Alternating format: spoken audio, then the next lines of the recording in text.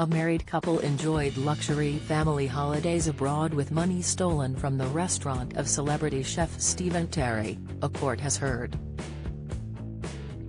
Nicola Nightingale, 48, and Simon Nightingale, 50, fleeced the Great British menu chef of £150,000 while working at his well-known restaurant The Hardwicke, in Abergavenny, Wales.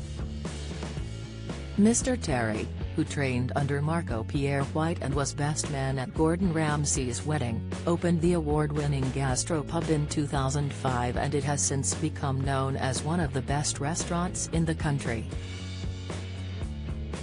The couple were given 2-year suspended sentences at Cardiff Crown Court on Monday. During the hearing it was heard that Mrs. Nightingale, who Mr. Terry employed as his office administrator between February 2018 and March 2020, had alcoholism and mental health problems and used the money to fund her spending addiction.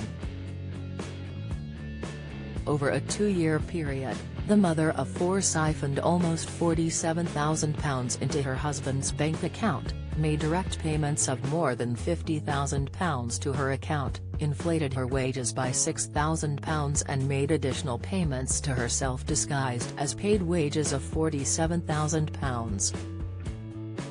The total stolen from the restaurant was £150,234. 63.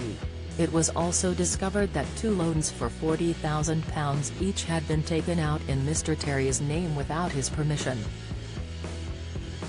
Prosecutor Tom Roberts said, Nicola Nightingale began working there, The Hardwicke, on February 13, 2018 and was responsible for managing the business's accounts and finances.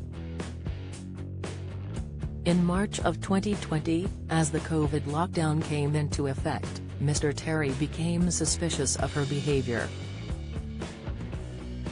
He and his wife contacted HSBC and found there were payments made directly to Mrs. Nightingale outside the normal payment structure amounting at that stage to about £27,000.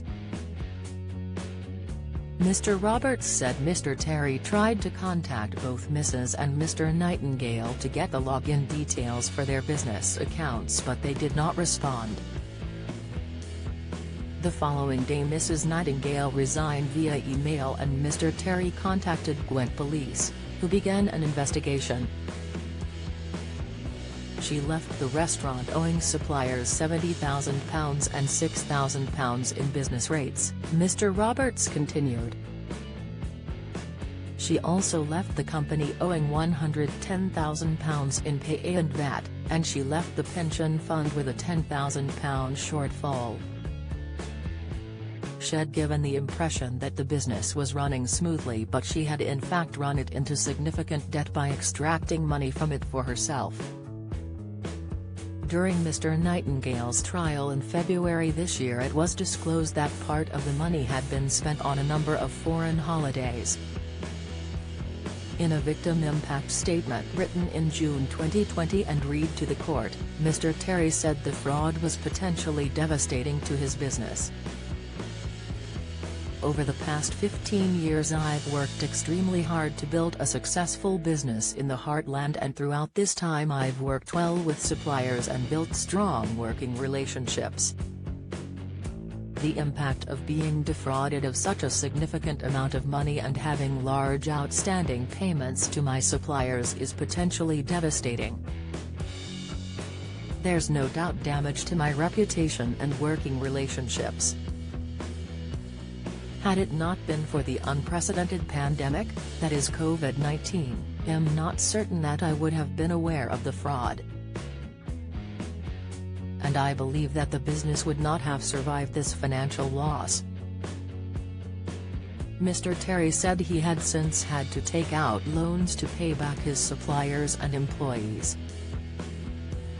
Susan Ferrier, defending Mrs. Nightingale, said her client had an extreme problem with alcoholism and mental health and that those problems, with previous marriage troubles and losing her youngest brother, caused her to become addicted to buying things as a means of coping.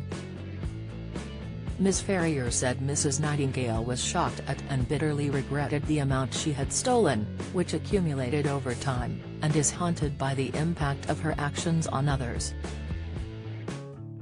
She said Mrs. Nightingale, now a grandmother, was a low risk of reoffending and raised concerns about how she would cope in prison given her fragile state. The court heard Mrs. Nightingale had recently tried twice to take her own life. Mr. Nightingale's defense, led by Martin Taylor, said the defendant accepted his negligence and had massive regret for allowing this situation to have arisen. Mr. Taylor said Mr. Nightingale was left having to carry the family, including caring for their two youngest children, aged 10 and 12, due to his wife's difficulties. Recorder Judge Barry Clark sentenced Mrs. Nightingale, who pleaded guilty to fraud, and Mr. Nightingale, who was convicted of possession of criminal property after a trial, to a 2-year suspended sentence and ordered both to complete 100 hours of unpaid work.